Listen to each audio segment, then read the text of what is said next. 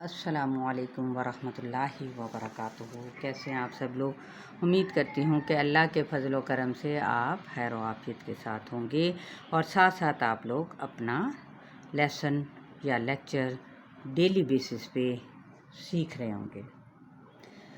इससे पहले हमने हरूफ हलकिया के बारे में जाना था, जो कि लक़ब के एतबार से आप लोग जानते हैं कुछ हरूफ के नाम होते हैं अपने अपने।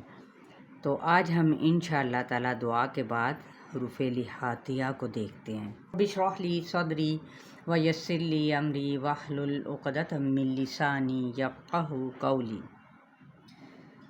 अब ये देखें, असल में लिहात कहते किसको। लाम दो चश्मी है या हा और अलिफ ता या और गोल हा, ठीक है। लिहातिया तो ये इसमें दो हरूफ आते हैं। क़ौफ़ यानी मोटा क़ौफ़ जो दो नुक्तों वाला होता है, और दूसरा किताब वाला काफ, बारीक काफ, ठीक है। एक तो हमने अदायगी को गौर करना है कि अदायगी उसकी क्या है, क्योंकि जब तक हम अदायगी उसके मखरज के एतबार से नहीं निकालेंगे उस वक़्त तक हमारी जो गलतियों का अंदेशा बढ़ता ही चला जाएगा, और जो कि वो गलतियाँ ऐसी होती हैं जो कि गुनाह की तरफ भी हमें ले जाते। बेशक हम लोग जानबूझकर नहीं करते, लेकिन जब यहाँ पे सिखाया जा रहा है तो इंशाअल्लाह ताला ज़रूर सीखना भी है, और उम्मीद करती हूँ आप सीख भी रहे होंगे। तो चलते हैं हरूफ लिहातिया की तरफ, जिसमें सबसे पहले है क़ौफ़। ये है क़ौफ़ दो नुक्तों वाला, लिहातिया या लहविया कहते हैं इसको, ठीक है। तो इसकी जो मश्क है वो कुछ यूँ है, युलक़्क़ाहा। अब ये नहीं कहा पढ़ दें, जबकि दो नुक्तों वाला युलक़्क़ा। ये देखिए क़ा, ये जो पीछे आप लोग देखेंगे हमारे हलक के बिल्कुल करीब एक छोटा सा गार आपको बना हुआ दिखाई देता है। जब आप लोग आईने के सामने अपना मुंह खोलेंगे तो उसके दरमियान एक गोश्त का लोथड़ा सा लटक रहा होता है, उसी को कौवा कहते हैं, या कौवा भी बाज़ लोग कहते हैं कि कौवे के पास से अदा होने वाले हरूफ, इनको हरूफ लिहातिया कहा जाता है। बिलहक़्क़ी, अब ये क़ौफ़ जौन सा है ये सख्त तालु, ठीक है, जो यानी हार्ड पैलेट होता है वहाँ पे जाके आपका निकलेगा क़ौफ़, या फिर नरम तालु से निकलता है, ठीक है। अब ये हमने देखना है कि काफ कहाँ से निकलता है और क़ौफ़ कहाँ से निकलता है। अब जब अदायगी करेंगे तो वहाँ से आपको पता चलेगा कि जब आपका जो तालु है वो ऊपर किस जगह पे लगता है। जब नरम जगह से लगेगा तो कैसे होगा, युलक़्क़ाहा बिलहक़्क़ी नक़अन ख़लक़ना रुज़िक़ना युक़बालु। युक़बालु देखिए इसकी आवाज़ कैसे है, मोटी क़ौफ़, और क़ौफ़ वैसे भी हरूफ मुस्तआलिया में से भी है, हरूफ कलकला के अंदर भी ये आता है। वक्फ़ करने की सूरत में या साकिन होने की सूरत में यहाँ पे कलकला यानी हिलाया जाता है।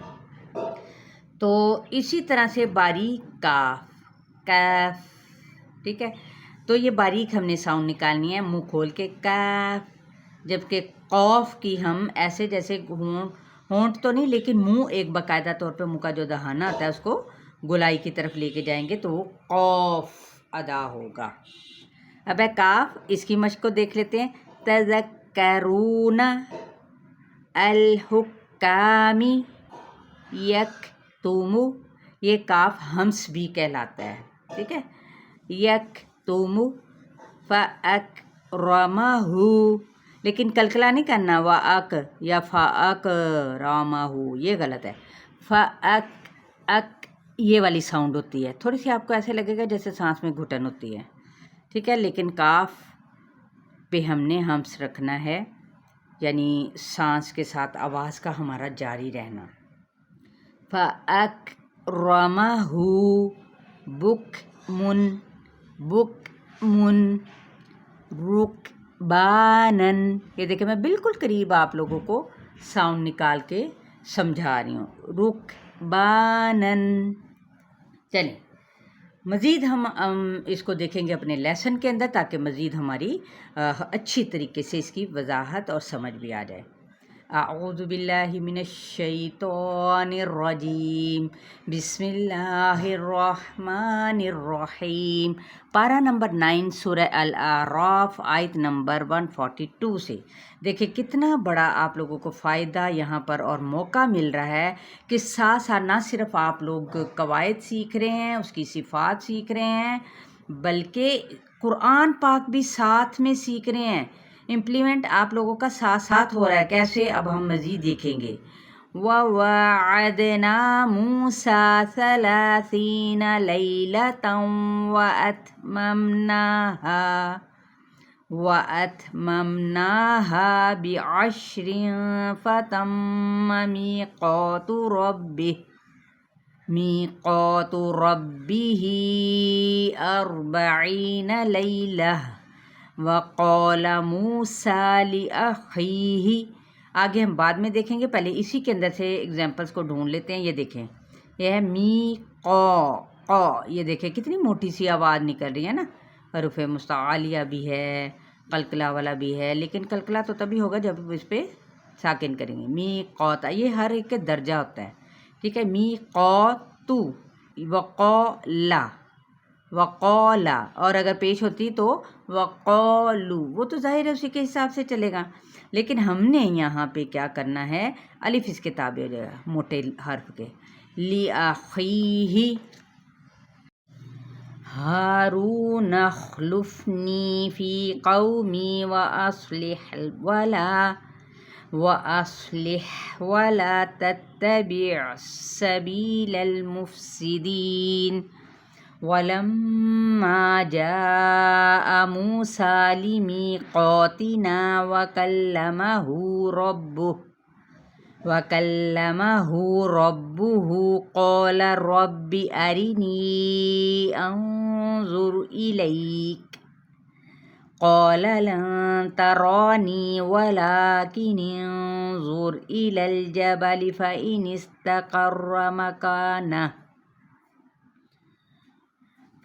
اسْتَقَرَّ مَكَانَهُ فَسَوْفَ تَرَانِي۔